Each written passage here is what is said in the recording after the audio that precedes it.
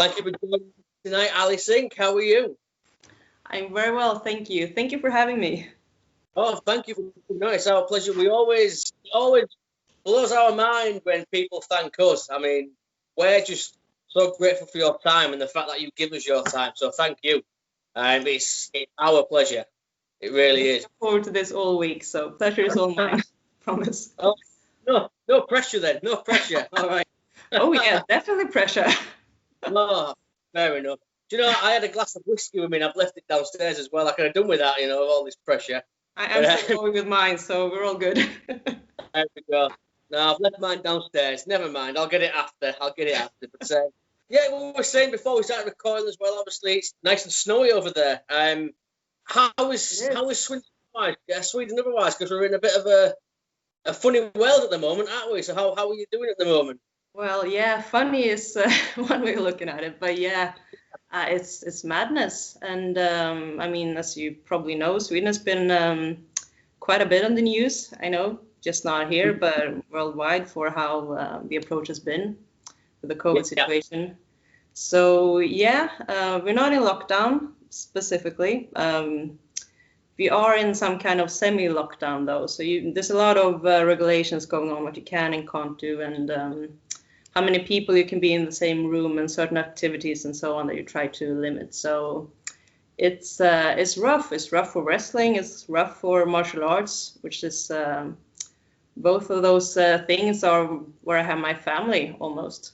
Maybe not by blood, but by everything else. So it's tough. But we try to hang in there, like you do as well, I'm assuming. It's the same over here. We were in a tiered system, and about 2 weeks ago, we've gone back into a lockdown now. And I reckon we're going to be in that till at least the end of March, probably. But we'll see how it goes. And I actually work at the hospital as well, so I'm seeing it. Well, hats off to you. Thank you very much. But the vaccine is getting rolled out, so fingers crossed it might be the last lockdown. Let the vaccine work, let there be wrestling. Hell yeah. So I'm obviously talking wrestling. Before we talk wrestling, I know you are a martial arts expert, shall we say? Well, I mean, I have 2 black belts, and I've been in a couple of bigger competitions as well. I'm not a competing martial artist per se, but I've done a little bit just for fun. But yeah, 2 black belts. Been doing martial arts training in some form for 20 years, maybe even a little bit more. So, I mean, no one's ever an expert in these kind of things. There's always more to learn. There's always more ways to develop and different angles you might not have the opportunity to approach. And I think there's so much martial arts in the world that a lifetime is not enough. But yeah, I like to think I'm pretty good at what I do. I think you are. It was always something that I regretted never doing, because my dad's also a black belt. Oh, brilliant. He's a black belt in, I want to say, he's in 2, Taekwondo and maybe karate or judo, one of the others. He's the same. I'm my brother, and I always regret not doing it. It's never too late. Yeah. I mean, it's never too late. You can always learn, you can always grow. So I say when the corona thing is over, go find a dojo. And you know, there is a dojo about 20 minutes down the road from me, so I may do it. I may do it. You never know. But obviously, I think you should. Obviously, up to you, but I think you should. Well, how can I say no to you? I mean, you could beat me up. You could beat me up if I don't. I have to swim a bit first, though, since there's no planes going. But I mean, that is very true as well. But yeah, it is something that I could get into. But I mean, my dad's 67 and he could still twist me into any position he wanted to. So it's very way of doing. That's one of the things that's also so awesome with the martial arts, that you can do it for your entire life.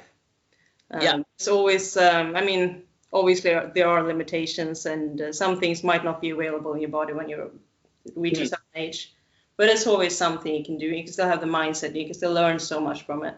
And I mean, it does pop up in the news sometimes, like old boxers and old martial artists, like just punching a kid that tried to mug them in the streets. It's like, yeah, kudos to you. You still know how these things work. I mean, the body is a body, and their arms are going certain ways, and you learn that muscle memory. So yeah. Absolutely. That's it. My dad's, he's 67, and he's the same. You know, he's still very quick. You know, he can even if I go and visit them, and we, you know, I'll try and put him in an F5 or something, and he'll twist me into some kind of a position. And even at 67, I know not to push that old man. I really do. Just for what he's telling me now, I would assume his background might be in jiu-jitsu then. Just what? Since I'm not sure. I just know that he could kick my ass. That's good enough to know, I think. Yeah, it is. He is. He's very quick. But speaking of your martial arts, and obviously, has that helped with the wrestling? I mean, did you always want to be a wrestler? No, I did not know I wanted to be a wrestler until I stepped into a ring.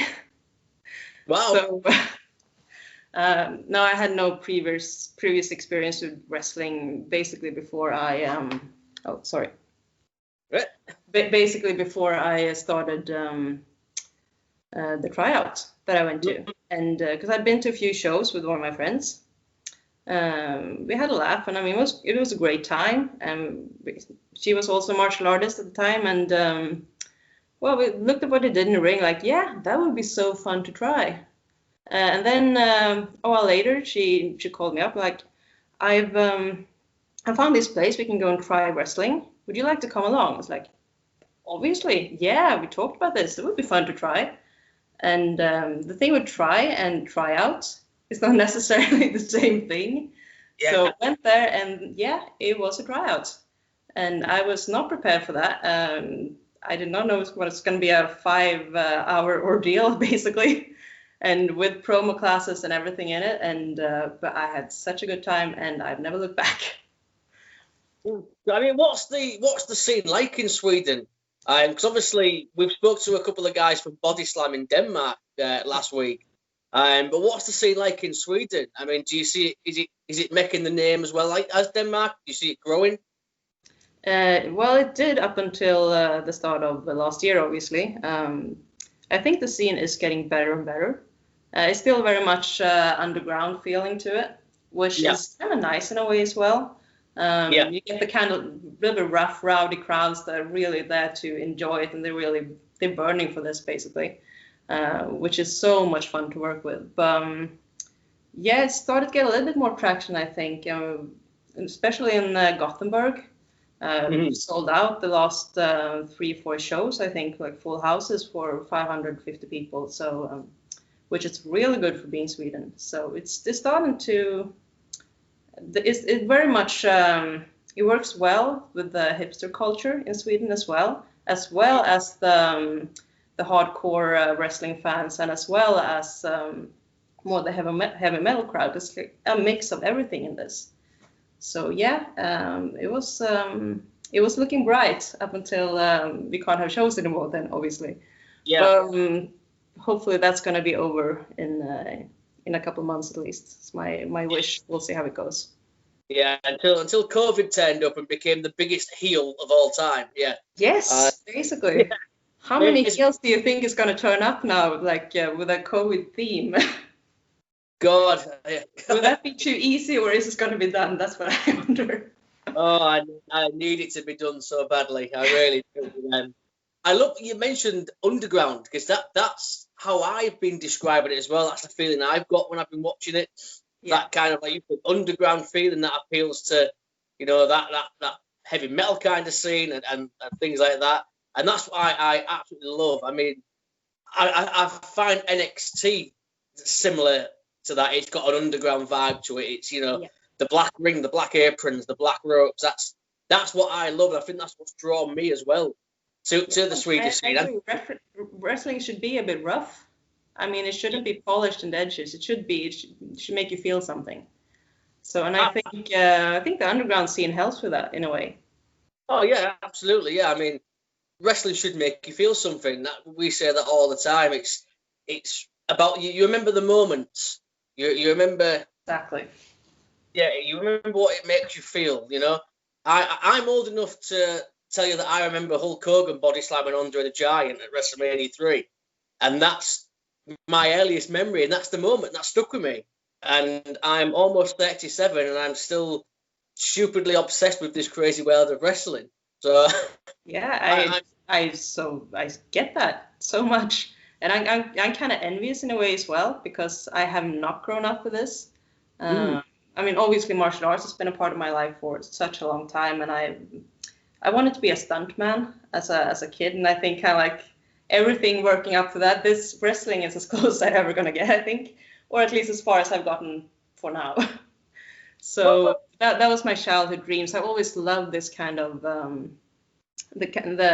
way of having this moment with by doing something with your body. Fight scenes always been a huge part, like trying to mimic in the dojo and stuff, just because it's fun, basically. But yeah, I really wish that I'd given wrestling a chance when I was younger as well, because I think I would have loved it. And because I can watch back now and I get like all ages of wrestling at the same time. So we have a lot of discussions with that. Like if I talk with people that has grown up with it, that has a different feel for different eras. And since everything kind of like mushed in the same pot for me, I don't quite get that, but I do see the traction for so many different things in this, and this was good then, and that's what's good now. And if you can mix this, and you can make your own casserole, basically, and it's going to be awesome. That's it. I mean, a lot of our friends are wrestling fans, but some of them didn't come into maybe the Attitude Era. So, that's wrestling to them. I came in, like I said, in the late 80s. So I've grown up with Hogan and Randy Savage and people like that. I'm an old school guy, but I love the fact that, like with the WWE Network, I can go back now and I can watch the Attitude Era. I can watch, the Ruthless Aggression, and just fall in love with all different parts of the business, because it's, for some reason, it's that one thing that's always there in life. People always say to me, "You're 36, why are you still watching wrestling?" I'm like, because it's the one thing that's always there. And it makes me happy. The moments it creates, it makes me happy. If I'm having a bad day... That's a good keyword to have in this, I think. Happy. Happy, that is it. It's true. If I'm having a bad day or a long day at work, I can come home and I can watch wrestling for 2-3 hours and forget everything. So it's totally with that. You mentioned your tryout, obviously, and training in Sweden. Who trained you then? I mean, what style of training did you have? Well, the tryout I went to was the first proper tryout that Stockholm Wrestling did, as far as I'm told. And it was Marcus Oman and Alexander Beck had beginners trainings, and they had support from other wrestlers as well during this time. That helped out. And then when the beginners training was done, sort of, and we should move on to the next level, then I had Timmy Forbes as a trainer for a while. But then we had a lot of issues with venues to have the ring for trainings here in Stockholm. So the training's been a bit on and off obviously now this year it hasn't been anything, but the year before that as well. So it's been a bit of a roller coaster, but I got a good basics just from the first beginners training and the first half a year or something that we did the continuing group. So I would say my main trainers has been Marcus Oman, Alexander Beck, and Timmy Force. But I got so much help from other trainers as well, and the coach in Gothenburg and other wrestlers just coming in with their knowledge and trying to help me out. So hats off to everyone, basically. That's we've got Marcus coming on in a couple of weeks as well. So we'll definitely ask him how good you are when we get him. Tell him I'll kick his ass if he doesn't say I'm good. I will do. I will make sure I tell him that. He knows anyway. That's perfectly fine. Obviously, the Scandinavian scene as well is getting quite hot. I mean, we spoke to Christian from Body Slam last week, and he compared it in a way to the British scene maybe 5 years ago, where we were starting to make that noise. And do you feel that's the same now with like the Scandinavian scene? Because there's some rumbling. I mean, obviously without the pandemic, but there's certainly a rumbling starting there. Yes, I think that's a valid point, and I think Body Slam is the front runner on this one, because it is a little bit more established in Denmark, and they put on awesome shows. And I mean, I had the pleasure to work for them twice, and it's been such well organized, it's been such a blast. And so yeah, I think they also have a lot of connections with other promotions, and they do a lot of work to get the product out there. So yeah, I think they might be the front runner, but they're also going to bring the rest of Scandinavia with them in a way. And I think everyone is feeling that they're growing as well. Like I mentioned Gothenburg, and I know a lot of other promotions as well, like in Finland, for example, FCF is also, they have a very good product and they have a good way of putting it out there. So I think Scandinavia is kind of like the dark horse that's going to come running up now, because there's so much passion in it. I mean, it's not the opportunities for training. Obviously, we have a lot of good people, but it's not. We don't have the trained people like you might have in Britain, for example, that's been doing this for WWE and been doing this for those kind of promotions. But we have so many people that is so passionate about it. So I think that's going to be the key to this. And like you said, wrestling makes people happy. So there's a good one for that. And I think especially after the pandemic, when the lid is off, then I think sky's the limit. Oh, yeah. And we've already said, me and Callum have made a pact already. As soon as we can, we're getting over there. You know, we're going to come to Denmark, Sweden. We want to visit all the scenes. You definitely should. Make a grand tour. That's what I say. That's the plan. We've got plans to go back to America. We've got some friends over in America who wrestle as well. So we've just got big plans to do a big road trip, and Denmark and Sweden are all on that as well. Speaking of tours and stuff, what about yourself? I mean, when the world opens up, are you looking to get around to maybe the UK or over to America, places like that? Yeah, definitely. I mean, my plan going into 2020, I had a lot of bookings already lined up, and Fierce Females, for example, in Scotland, was one of the bookings I was really looking forward to. I was gonna make my official debut in Finland. I've been in training, I have not done a match yet, and also going back to Relentless, obviously in Belgium, and had some contact with people in France and so on. So yeah, I'm definitely open for it. And the UK has been one of my goals to go to. Japan as well would be absolutely brilliant. But I mean, also obviously Germany has a great wrestling scene, and there's so many places I like to visit. So it's basically, if I'm gonna mention everyone, we can just do that for the entire podcast. I think you would certainly, in the UK, you'd fit in perfectly, obviously with your style, because I feel like you're very, very okay with kicking people's asses. So you'd fit in perfectly over here. That's my favorite hobby. How did you know? It was just a hunch.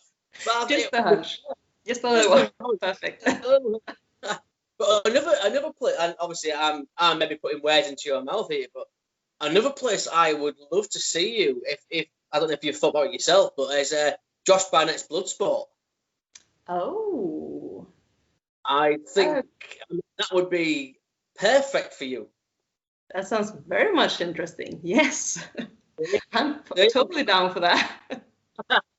I'm booking it all for you already. I'm getting you booked. So it's all happening. Thank you. I'm just waiting to get the booking confirmed now. No, but I mean, obviously, yeah, that would be absolutely brilliant. And I mean, yeah, it's kind of like the hardcore thing that I think is fun as well. Like being able to push myself a little bit with these things. So, but obviously, when I go into the ring, I have my martial arts as a backbone for everything. But I also absolutely love the crazy spots as well, and the things that might not take place in a dojo or in a kickboxing fight, but things you can do in wrestling and how you can play to the audience in different ways. I mean, that's I really enjoy having that opportunity and that window of things that can be done in this realm of this world that wrestling is. Absolutely, yeah.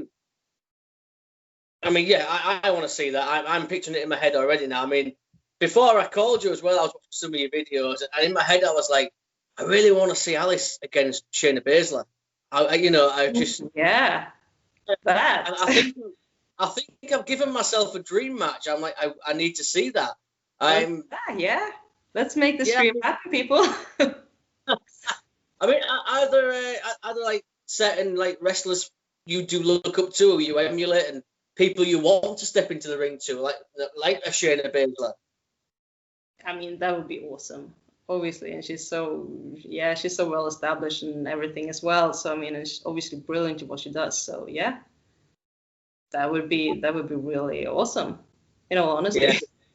Yeah, well, I just think she's done so. I mean, people obviously point to Ronda Rousey, but I think WWE-wise, career-wise, I think Shayna Baszler has outshone Ronda. Just my opinion. I mean, Ronda Rousey obviously was a name when she came in, and I think they used that well. Yeah. But we'll see. I mean, she might come back, but I wouldn't be surprised if she doesn't. I think this was something to, some fun thing to do after the UFC career, basically, for her. And I'm absolutely not bashing anything she's done in wrestling or before then, because she's obviously a brilliant martial artist. I mean, that track record she has for the time she came in, that's not going to happen again, probably. But the field also looks different now as well. So I think she timed her presence well, and she did a phenomenal job with it. And she's obviously very good at what she does. But I think wrestling is probably not her first choice of things. That's what I reckon. Absolutely, yeah. She did very good when she came in, not knocking her at all. But if someone was to tell me a dream match, I'd put you versus Shayna Baszler. I mean, I'm just throwing that out there because you never know in a few years, you never know. Just remember me if it happens, okay? I will do. I definitely will. I'll tell everyone you called it. Yes, please do. The other thing I want to talk about is, you mentioned Belgium. Obviously, that's another place that you don't particularly look at to have a wrestling scene. But Relentless. What was that like working in Belgium? It was different. First of all, I mean, the promoter did a really good job of setting this up from scratch, because I was there at the first show ever, and a completely new area and to a completely new audience. And they did a phenomenal job with that. And I mean, the venue, very much underground type venue as well. That's not unusual for any promotion I've been in, basically. But they brought in so much good people, and just for like meeting people that's been doing this for such a long time and has had good careers behind them in indie wrestling. So yeah, that was absolutely brilliant. I can say I got a shock when the show started, though, because I've never experienced that kind of crowd before, because everyone was so polite. And I think I've said this before in another podcast, but it was kind of like I imagine a Japanese crowd to be.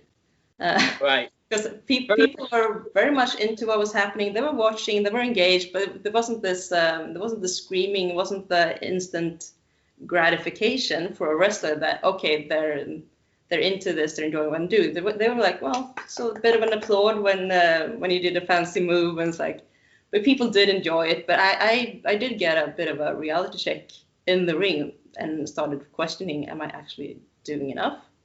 Am I missing something in this? But that was through the entire show, though. So, but that's also when you work in a completely new and not wrestling experienced crowd in a way. I mean, they obviously knew what wrestling was, and they didn't know how it works per se, but very different. And especially when coming from the Nordics, where the crowds are very rowdy. And I mean, you're not surprised if a beer glass comes flying over the stage. It's just kind of like that happens. I mean, going barefoot out to the stage, I can tell you this much: I've slipped so many times. That's scary. I've been to British shows. I'm used to beer glasses coming over my head. I'm very familiar with that. I really am. I told you, you'd be fine over here. You'll be perfect over here. Just throw the glass back. You'll be fine. Just open your mouth. You'll be fine. There we go. Exactly. I think first of all, like you said, like they were bringing people in because was you in a match with Gene Money or was he on that card? Yeah, he was on the card. I was not in the match against him though. Yeah. I've been there twice, and I had the very short singles match with Jong Money Chong the first time. Mm-hmm. He goes by a different name now, but that was his gimmick at the time. And then I was in the Christmas Rumble at the end of 2019. So he might have been Rumble. I think he might have been. Yes. Yeah. There you go. I did not work with him directly though, but yes, he was in the Rumble. There you go. I mean, do you think it's helpful to the Scandinavian scene, obviously bringing in talent from the UK or across from America? Do you think that's a big help to you?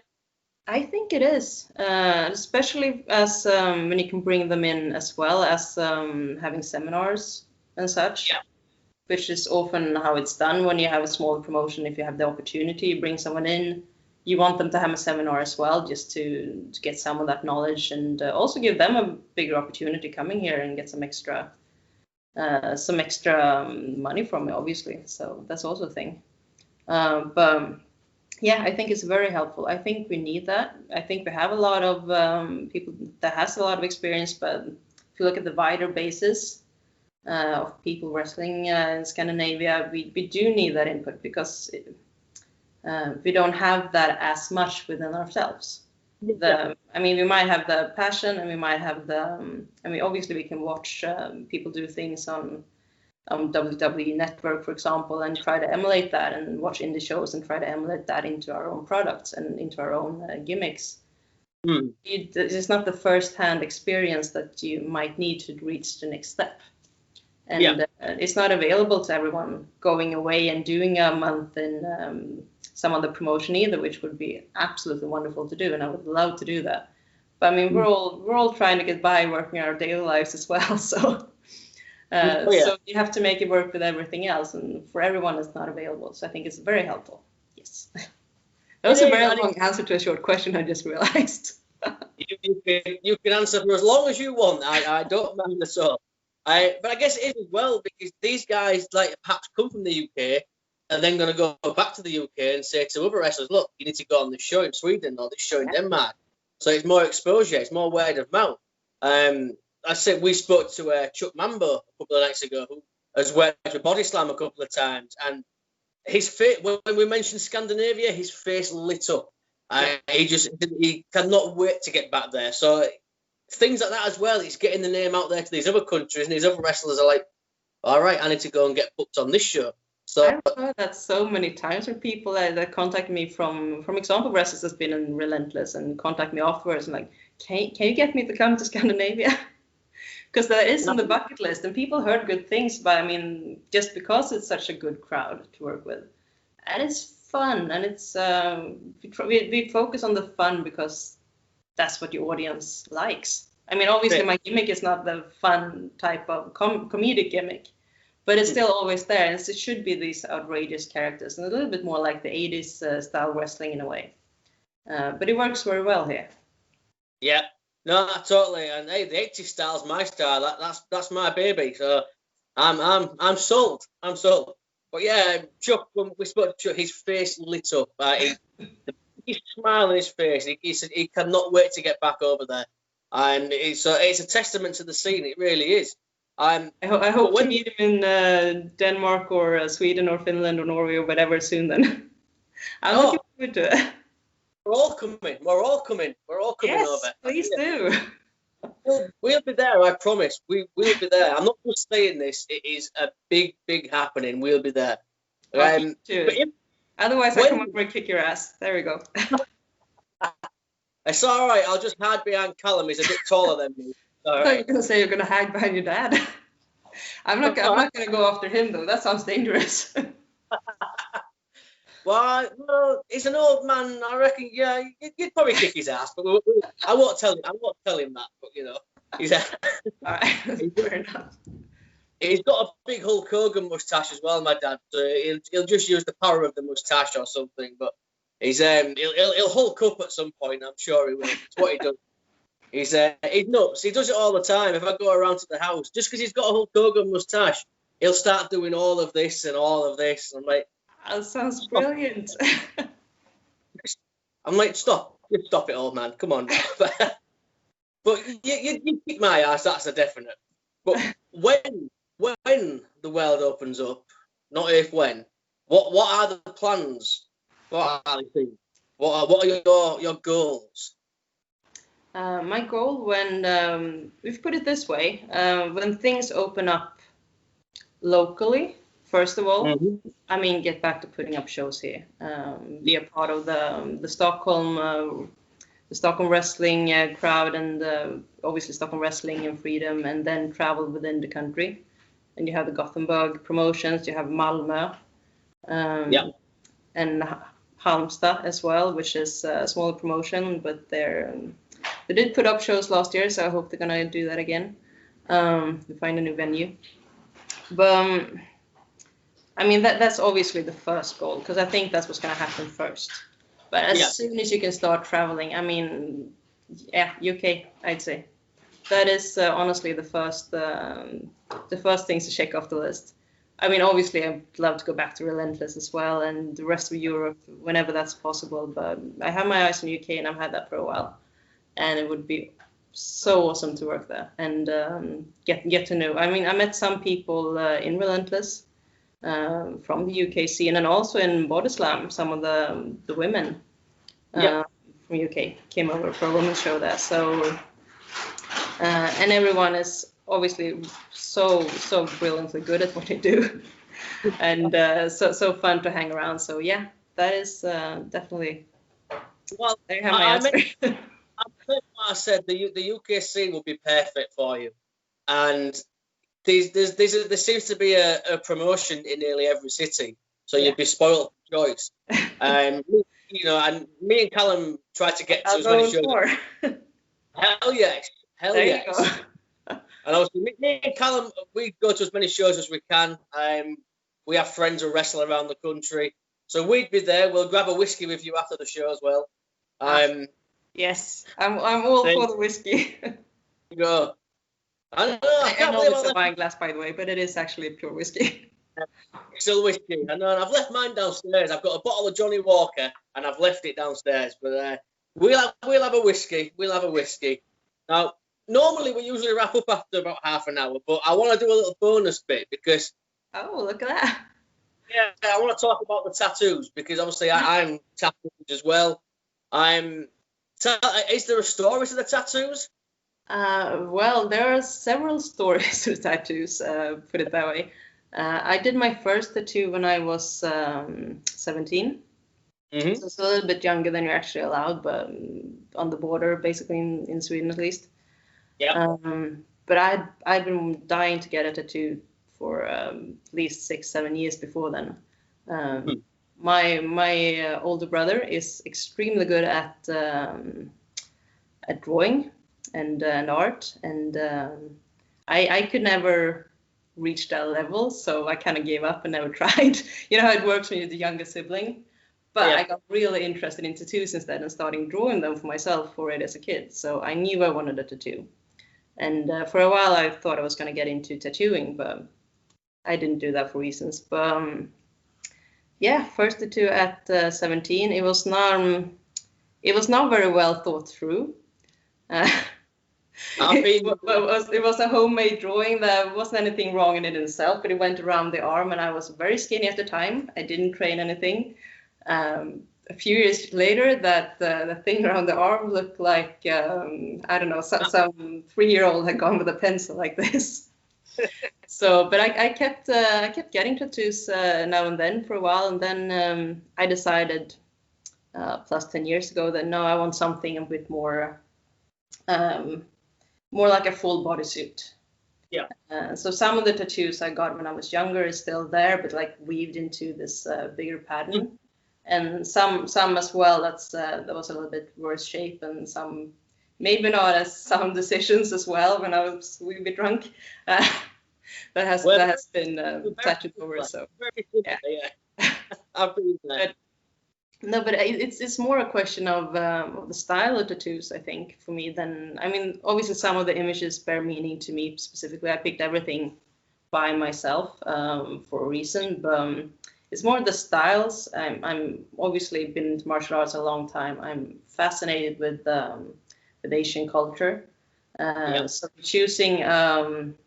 choosing a type of bodysuit that might be connected to Japanese culture was definitely not a fluke. That was a very specific choice. Then the suit design got a little bit bigger and bigger every time I kind of reached my where I thought it was going to end. Like, oh yeah, I done a full back now, but wait, I have legs. Let's do them as well. Exactly. And they're so addictive, aren't they? That's the thing. They are, and it's like you always have the next idea in mind. So now I'm actually running out of space, so we'll see. I'm the same. That's exactly what I said to one of my friends a few years ago. Now she went to get her first tattoo, and I said to her, I guarantee while you're sat in that chair getting that tattoo done, you're thinking of your next tattoo. Yes. And she was. The first time I saw her after it, she said to me, I'm booked in to go my next tattoo. I told you. That's how it is. But I mean, some people do only get a few though, and I mean, obviously each one to their own. But I think I'm the type of person that if I start doing something, I have to do it full out with everything, and tattoos is no exception to that. I mean, obviously the training and the wrestling, and I want to see where I can take it to the limit, basically for my own well-being. I need to try. I need to try out how much my life can reach in a way. Does that make sense? Absolutely, yeah, absolutely. I mean, I'm the same. I mean, I'm addicted. I sit at work sometimes and I'm wishing the tattoo parlor's open because everything's closed at the moment. I just want to get tattooed. I'm exactly the same. And I mean, majority of my tattoos are music related, because I'm a musician who plays guitar. But I'm sure it is lovely. Thank you very much. You're too kind. They're addictive. Mine are very, I've got a lot of Foo Fighters related tattoos, and I'm just very, like I said, they all mean something to me. When people say to me, why you got that? I'm like, well, don't worry about it. It means something to me, and that's the beauty with tattoos. If it means something to you, then that's all that matters. Yeah. But I had to ask you because, like I said, your tattoos are awesome. I thought, well, I'll get a little bonus slip in it. We're going to ask you about the tattoos. So I'm so happy you told me that because I'm the same. I'm running out of room as well. But I know I've still got room. So I know there's more to come. Well, I mean, I technically have my belly left, but we'll see. I'm not sure that's a good space to tattoo, to be honest. I've got my belly left. My chest is tattooed, but I have got my belly and my left leg. So that's the next ones. I've got plans for my left thigh. I want to get a portrait of Lemmy from Motorhead. Okay, so a question: have you done your ass yet? Say that again. Sorry. Have you done your ass yet? No, good God, no. That's never even crossed my mind. that's probably a really good idea. You haven't. That hurts so much. Okay. That's the worst place I've ever done. I can tell you that much.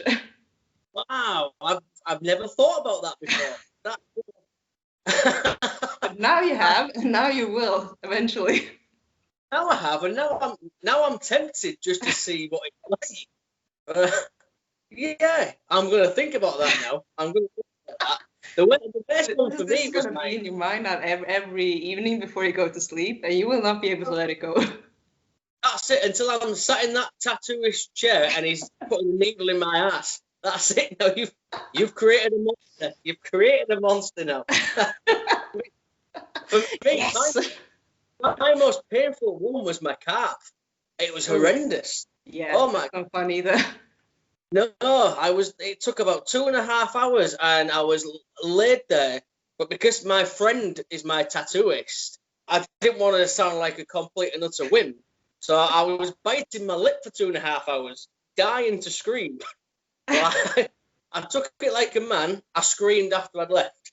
But that was painful. That's what I do sometimes as well. Yeah, oh my God, it was horrendous. It was, but Like, I'm thinking about getting my ass tattooed now. Well done. Well, that one's on me. You're welcome. Thank you for that. I appreciate that.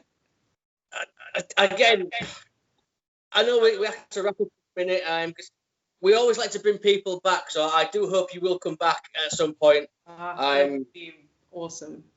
I would love to come back. This has been so much fun. It's been a pleasure, and I'll make sure. Just don't show me your ass tattoo next time we talk, because I mean, I'll take your word for it. I don't need to see it. That's okay. I promise. No, we'll be kicked off YouTube and everything. I won't do that. I would never. I'd never be that easy. Never. But I'll make sure Callum's with me next time as well. I won't double book, because it's completely my fault. One more thing though as well. Obviously with the tattoos. Music. I mean, are you a metalhead? Yes, I am. Oh. I do listen to a lot of different types of music though. But a huge part of my my teenage years and my young adult years was pure heavy metal, and also doom metal and that kind of area of music. And I still absolutely love this to this day. Since Spotify and those kind of music services came in, I do listen to loads of other types of music as well, because it's more available. Oh yeah. But the time when you actually had to go and buy the CD, everything was metal, definitely. Rock on. Absolutely the same. Yeah, I'm obviously with me getting with Lemmy on my thigh. I'm a Motorhead guy for life. Brilliant.